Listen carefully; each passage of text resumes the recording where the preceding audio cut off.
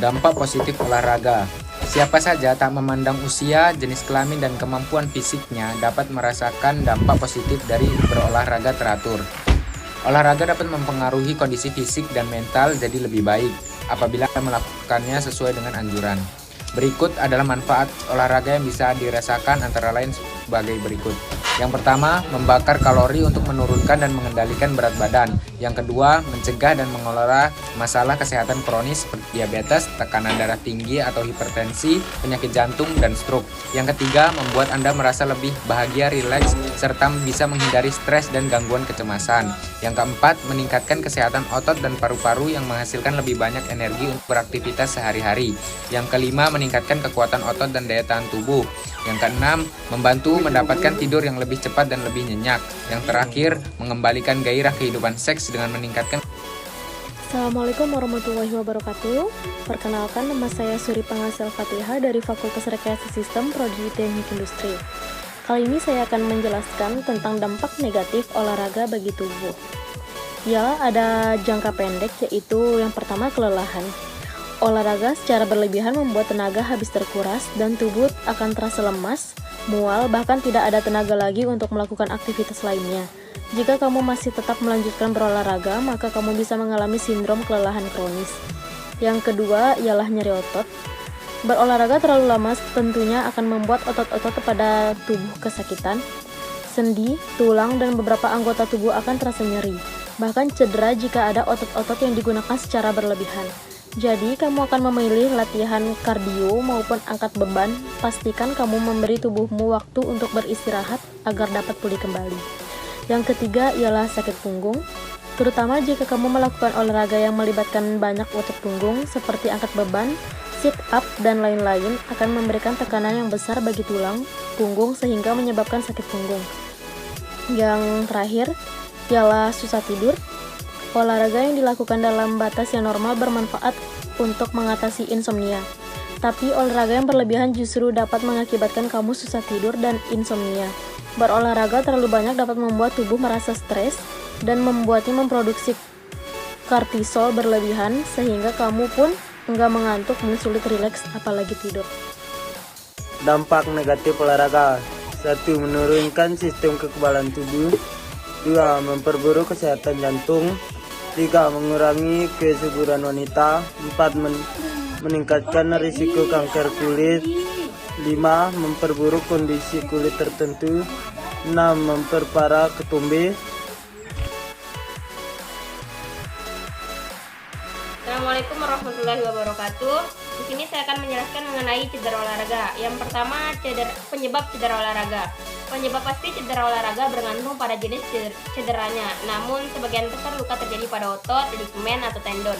Organ tersebut akan sobek jika dibentangkan terlalu jauh dan terlalu cepat. Sobekan temporal memerlukan operasi, namun sebagian kecil biasanya sembuh sendiri tanpa bantuan pertolongan. Cedera olahraga umum lainnya adalah patah tulang. Patah tulang memerlukan perhatian medis segera. Tidak hanya untuk menghilangkan rasa sakit, tapi juga untuk membentuk tulang ke bentuk semula. Tindakan tersebut membutuhkan waktu berbulan-bulan hingga tulang sembuh. Dislokasi juga merupakan cedera yang sangat menyakitkan. Namun dokter olahraga atau pelatih yang terlatih dalam bidang kedokteran olahraga dapat mengembalikan sendi yang dislokasi ke posisinya semula sehingga mengurangi rasa sakit. Tidak semua cedera olahraga muncul tiba-tiba. Cedera olahraga kronis muncul secara perlahan seiring waktu. Misalnya, pelari sering memiliki risiko berbagai cedera yang sangat ringan. Cedera ini berkembang secara perlahan dan disebabkan oleh tindakan yang berulang. Penampilan fisik seorang dan struktur tulangnya juga dapat menyebabkan cedera olahraga. Beberapa sebab yang paling umum adalah panjang kaki yang tidak sama, kaki datar, telapak kaki yang terlalu tinggi, kaki berbentuk O, dan kaki berbentuk X. Kondisi struktural seperti lordosis, tempurung lutut terlalu tinggi, dan juga dapat meningkatkan risiko seseorang terserang. Assalamualaikum warahmatullahi wabarakatuh. Selanjutnya saya akan membacakan cedera olahraga. Gejala utama cedera olahraga. Rasa sakit merupakan gejala umum berbagai cedera olahraga. Namun tingkat rasa sakit biasanya tidak menunjukkan tingkat cedera. Misalnya, atlet terlatih untuk mengabaikan tingkat rasa sakit tertentu dan banyak atlet melampaui pengalaman yang menyakitkan dengan harapan dapat meningkatkan kemampuan atau ketahanan fisik mereka. Melakukan hal-hal tersebut dapat mengakibatkan timbulnya cedera olahraga tanpa menyadari seberat apa kondisi tersebut. Sebagai contohnya, cedera pinggang biasanya dimulai dengan rasa sakit ringan pada punggung yang biasanya diabaikan oleh atlet tingkat angkat besi, namun melanjutkan latihan rutin sering mengakibatkan penurunan kondisi tiba-tiba disertai dengan rasa sakit yang hebat dan kejang pada punggung.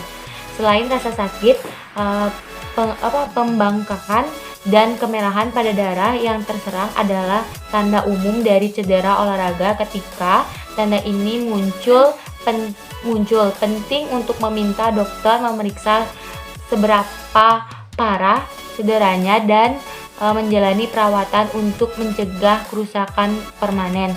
Misalnya, banyak atlet amatir yang memiliki kecenderungan untuk melampaui batasnya meskipun tanda dan gejala cedera tendon muncul. Sayangnya, melanjutkan latihan rutin tanpa memberikan waktu istirahat yang cukup untuk tendon pulih akan menyebabkan kondisi yang disebut degenerasi mukoid, yaitu ketika materi berserat lentur menggantikan tendon yang sobek. Sekian dari saya. Wassalamualaikum warahmatullahi wabarakatuh. Assalamualaikum warahmatullahi wabarakatuh. Di sini saya akan menjelaskan kemana kita harus pergi apabila terjadi cedera pada olahraga. Pertama-tama kita akan mengunjungi dokter spesialis khusus olahraga. Apabila tidak ada, maka bisa berkunjung ke dokter keluarga, melakukan konsultasi, dan akan dirujuk ke dokter spesialis. Di dokter spesialis akan diperiksa apakah terjadi sobekan, pembengkakan, ataupun patah tulang dengan melakukan sinar X. Apabila cedera tidak memerlukan operasi, maka dokter akan menyarankan untuk istirahat total dan melakukan pengompresan dengan es batu, di mana es batu berguna untuk menurunkan pembengkakan dan